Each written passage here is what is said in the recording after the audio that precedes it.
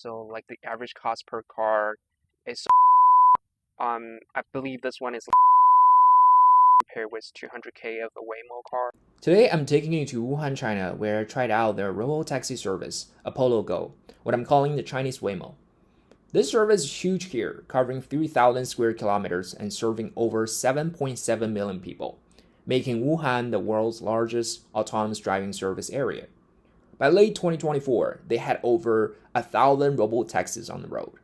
I'll show you my first-hand experience riding these driverless cars, covering the pros and cons, how to book them, what it really feels like to ride without a human driver. Plus, you'll hear local taxi drivers' unfiltered opinions on this new tech.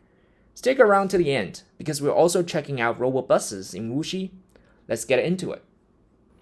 To use the Apollo Go robo-taxi, I first took an hour-long speed train to Wuhan Station, long considered one of the most beautifully designed train stations in all of China.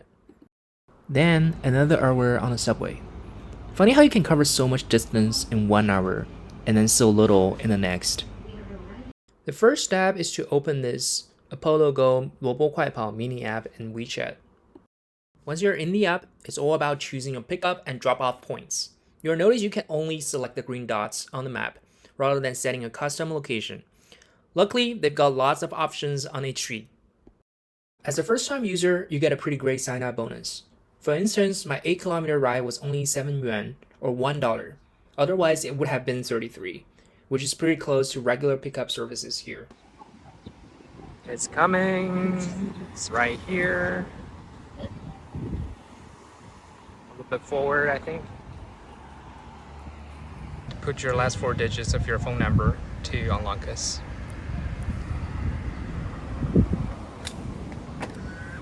Okay, here we go.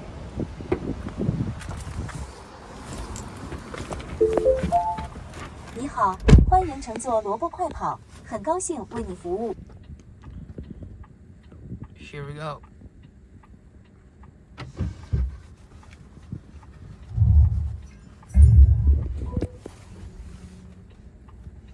本次行程是你首次乘坐全无人自动驾驶车辆，即将为您介绍全无人乘车须知。安全带也是生命带，为了您的安全，请务必全程正确系好安全带。请全程坐在后排，禁止侵入前排区域，禁止触碰前排所有设施，包括方向盘、踏板和线控等，违者将追究法律责任。 So on the screen, you can adjust the AC setting, you can listen to some music, you can see your itinerary, you can see the scenarios, the situations of running cars. Oh my 路 god. 况有点复杂，别太有我在。 They just did a very sudden brake movement. It's kind of crazy. This is not what I was expecting. I just hope it wouldn't slam on the brake again, because I really hate that. It's like me driving. Turn. Pretty smooth, I would say.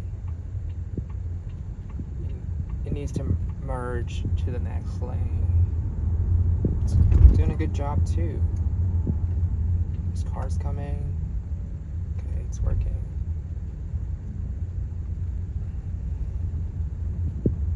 I like the ivies on the elevated highways. I got my own driver's license a few months ago, and this reminds me a lot of the similar testing materials that I've been preparing for, and I nearly failed my test. Okay, once it detects the object, it's fairly easy and smooth. Brake movement, and then now every car is moving forward. Let's see how it works. 2, 1, go. Okay, it works. It works. One thing that still fascinates me is that even though we don't even need the wheel over there, they still have it. So,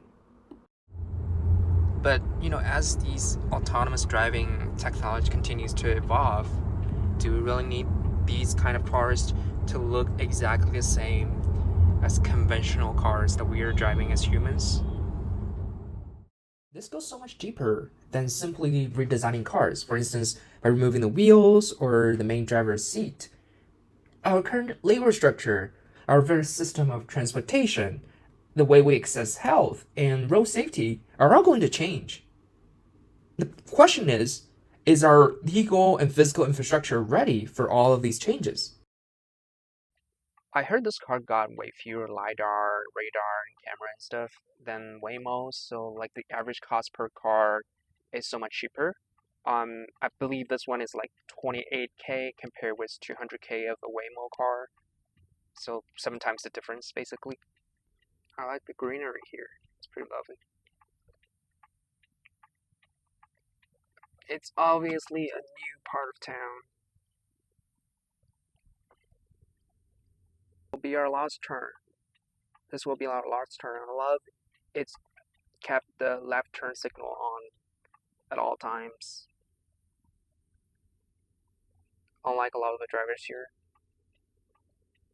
Oh, the thing on the right is the suspended monorail here, which is also driverless, but that's so much easier compared with the technology here.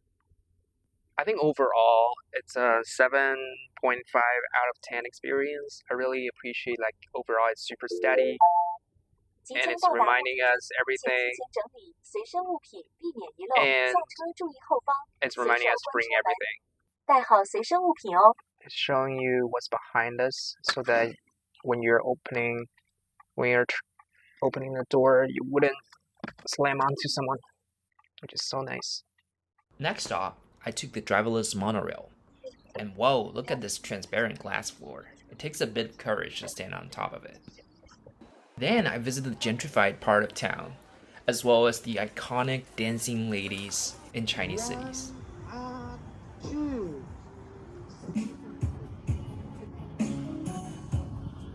In the next part of the video, we'll be interviewing some local drivers to see their opinions on the impact of these robo-taxis. 我听说武汉有那个无人的出租车是吗？是啊。对，多吗？现在？萝卜快跑。啊。您觉得那个开的怎么样？那一个我没坐过，需要那个东西在路上很讨厌。啊，他们怎么搞的？它是可能要下一个软件，就是专门的萝卜快跑的软件。啊。你打出来的话，扫个码就行。明白了。你觉得他开的有就是真人好吗？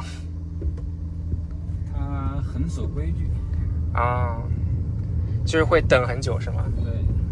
明白。好像这附近没有打到，我刚才出门的时候看了一下。这边他可能不敢过来。太多车还是太多人还是怎么回事？因为这个交通有点复杂。啊。因为电瓶车还是什么人比较多。有时候如果是想过这边来的话，别人一般不会选择坐萝卜，那是很头痛的事情。太多车了。他会停在那里不动。对。My conversation with the next driver was incredibly short. It was a short trip after all. However, his view on this robo-taxis was far from positive. 他们开的怎么样啊？没有人，你那没有人，那你觉得安全吗？它好像没有特别大的事故，对吧？没有特别大的事故还是有的。啊，对啊。把别人撞了嘛，把墙撞了嘛。我记得去年好像就是他在当地好像引起很多争论的，好像。一直都有。对吧？就是说，就是出租车工作什么的，对。但现在还好吧？听说没有那么多辆，好像。怎么说呢？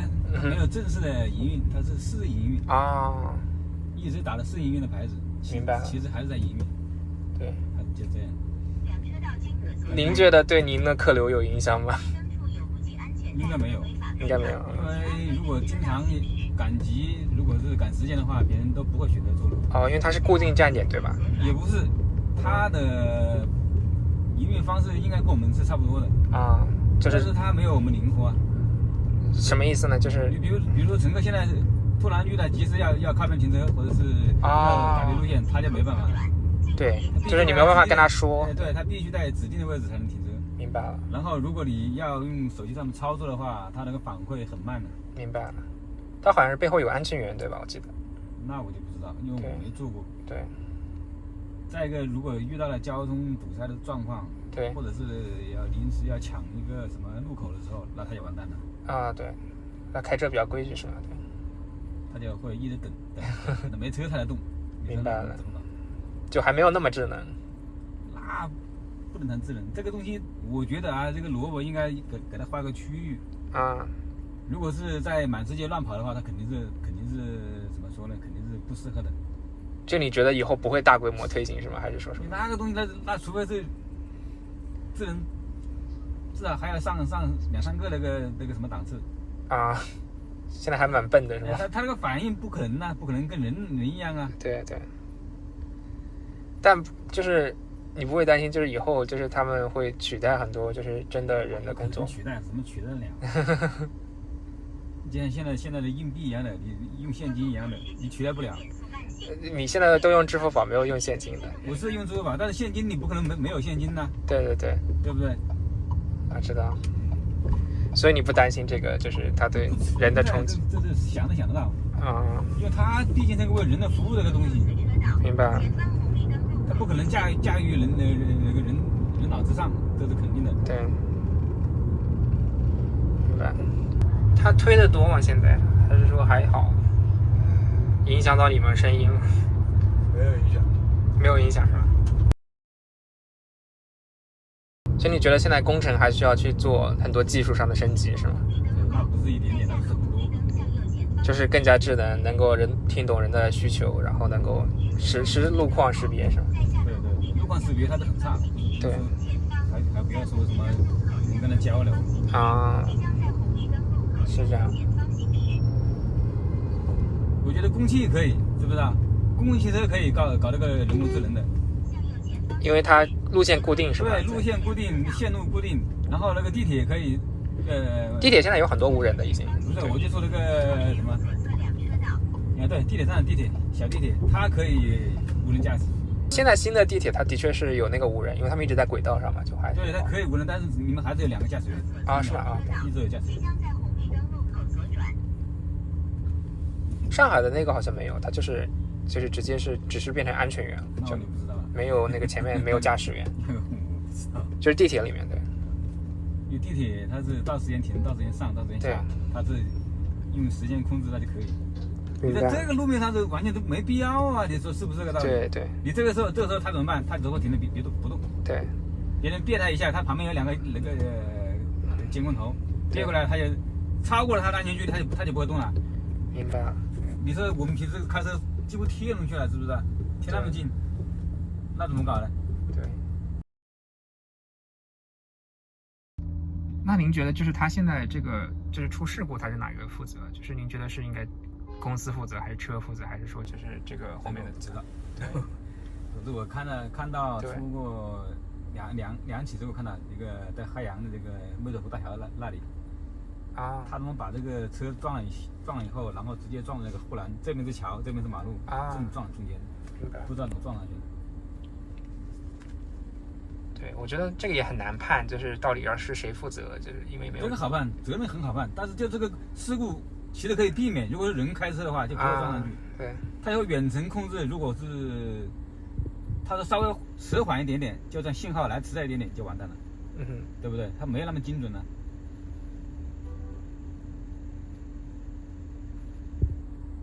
他现在是谁负责的？你知道吗？什么叫谁负责？就是出事故之后谁担责？公司吗？他的老板是百度的。对啊。百度担责的。你应该知道他的老板是百度的。对对对。谁担责了我就不知道了。对啊。那我还真的没有关注这个东西。对。After a few days in Wuhan, we are on the bullet train again to check out our next destination with something else to see. Previously, we already seen how robo-taxis are being rolled out in many Chinese cities as an effort to promote autonomous driving. And right now, I'm in Wuxi, a second-tier city in eastern China, to see another form of autonomous vehicle. That is a minibus. And let's go check it out. These robobuses are launched by a Guangzhou-based company called WeRide. They aim to solve the last 2 miles problem of commuting between subway stations and people's neighborhoods. To find a bus, all we need to do is to launch the WeChat mini app called Robobus, and then put down our starting points and destinations. Because of the 90% off coupon I received from the app, the whole ride is only 1.45 yuan, or US 20 cents, which is basically free when compared with Chinese taxes. After paying for it using WeChat Pay, the app will start to search for nearby buses. Once it finds the bus, the rest is like a regular ride-sharing app. There you are. My bus is finally coming. I was waving my hands because in a lot of places in Asia, the driver wants you to wave your hands to show that you are coming with them.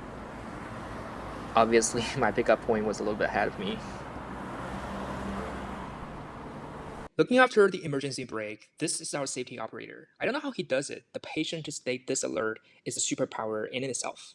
Aside from him, this bus comfortably sits 8 other people. This robobus uses a different playbook than Waymo, as it gets direct feed from traffic lights via Internet of Things and this 5G box. It's not just driving in the city, it's connected to the city. Moreover, instead of only using its onboard sensors to build a 3D world model, it also pulls in live camera footage for navigation. Next, my safety operator told me more about the coupons and typical riders of this bus. 反正有的时候用完，反正2次1折券嘛，用完可能就是5折啊、7折啊，就是打车费相对而言比较贵一点。但是绝大多数都是能满足的。OK， 但你不是说只有20-30辆吗？总共？这20-30辆还不多吗？我知道，但是打车的人，你说打车的人，比如说你集中一个点，对，5点半下班，5点钟下班，对，全部都叫起来动起来，你这个后面的人再叫车就得排队。啊，对。你结束一个订单，然后接下一辆，你这个去的路上和中间结束订单都需要时间的呀。对，我明白了。好的。但是就是我觉得拼车还是效率高一点，就是它如果拼车比较难打到吧。OK， 明白了。哦，对，因为我好像开始点了一下，然后等了一会儿没等到。对，它好像是要算路线，顺路才会送，对吧？对。OK。I'm really impressed by the dynamics through the turns. The vehicle's larger platform and wheelbase keep it incredibly composed. This provides a fundamental advantage in ride comfort over the standard robo-taxi form factor, which can sometimes feel a little bit twitchy. It also recognized and slowed down for cars in front of it, as is shown in the next clip. 前面有行人和车，它会减速。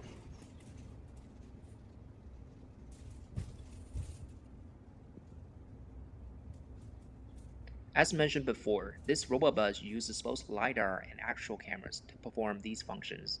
On a different note, I also noticed a second emergency brake and asked my safety operator about it. 它是有2个机动的刹车的按钮是吗？这个桌上还有一个按钮。不让用。OK。